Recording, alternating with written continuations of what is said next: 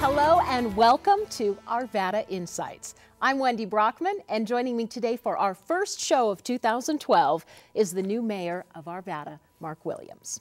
Welcome. Hi Wendy, how are you today? I'm good, thanks for being here. I'm thrilled to be here. You were elected in November after having served 12 years as a council member at large in Arvada. You've had a few months, right, to get your feet wet. How has the transition been so far? You know, the transition's been absolutely great. I got to start out by going back to Harvard. They have a training program for newly elected mayors that the University of Harvard and the Kennedy School put on, paid for 100% by them, and it was a great opportunity to meet with other newly elected mayors and sort of get some thoughts on the transition, and it worked out perfectly to help me get off on the right foot. A rookie training school, right? That's exactly right. Boot camp for newly elected mayors. Well, it's the start of a new year. So what would you say are your New Year's resolutions or goals for the city in 2012? I think, you know, one of my major goals is to bring some new excitement, some new energy, some new optimism to the city of Arvada. It's such a great community with such great people and staff, and everything I think is really looking up for our city. And it's great to be part of what I think is a new start and a new beginning in a very positive fashion. Arvada Insights, the show we're going to tape as a monthly show to highlight what you're doing on City Council. What do you hope to accomplish with this show? I think this show is going to be an opportunity for the citizens to learn a little bit more behind the scenes of what's going on in their community, to hear from the elected officials and others, to just get more insight, more information as to what's going on in their great community.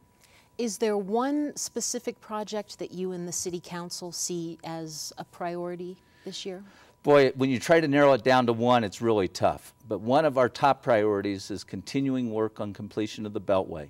And that's been in the news a lot lately. We've had some setbacks in terms of some efforts to negotiate out a process with the City of Golden to get that project done.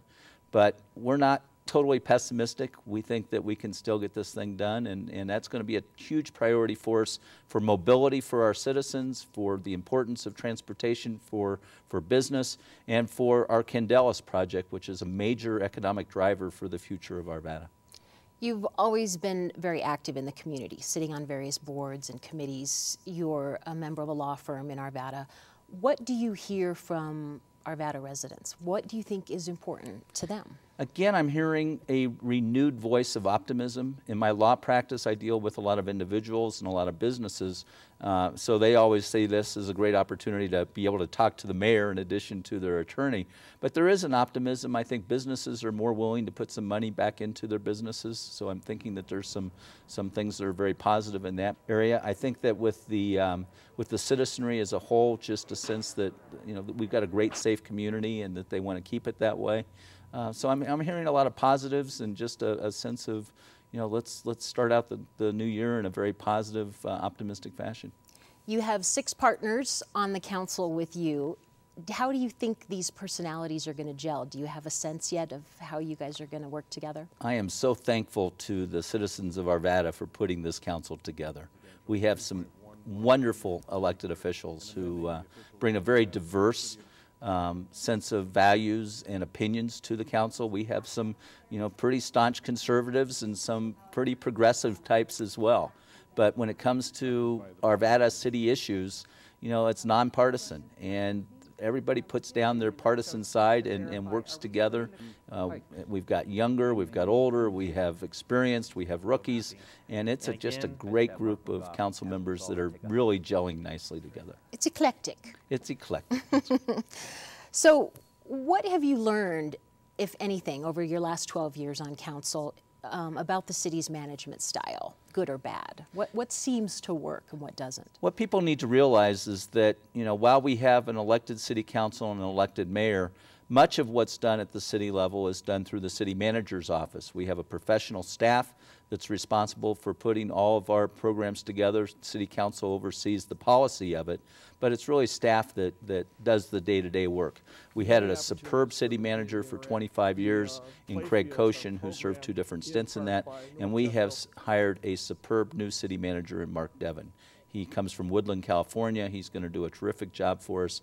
And everywhere I go, I talk to people who have met Mark for the first time and have been truly impressed with the quality of the individual that we've hired to be our new city manager.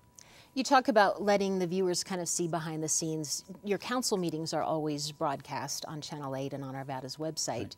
Right. You're going to be doing some workshops with council members. Tell me a little bit about those. Yeah, that's sort of a shift of philosophy. We're going to try it out, see how it works. We know that when we have important issues that we want the citizens to be fully informed of and fully see, we're going to do those in council chambers on camera as we have in the past. But a lot of our meetings are upstairs and you know, off camera, and we're going to change our setup on that some so that it's in a room that's going to be more conducive to more citizens being able to observe, where the backs of the city council members won't be to them. And it's an opportunity for us to be able to roll up our sleeves, deal with the brass tack type of issues, and sit down and really be effective in terms of what direction do we want to go so that we can direct staff and then have the public process that's going to be very open, very transparent to the citizens.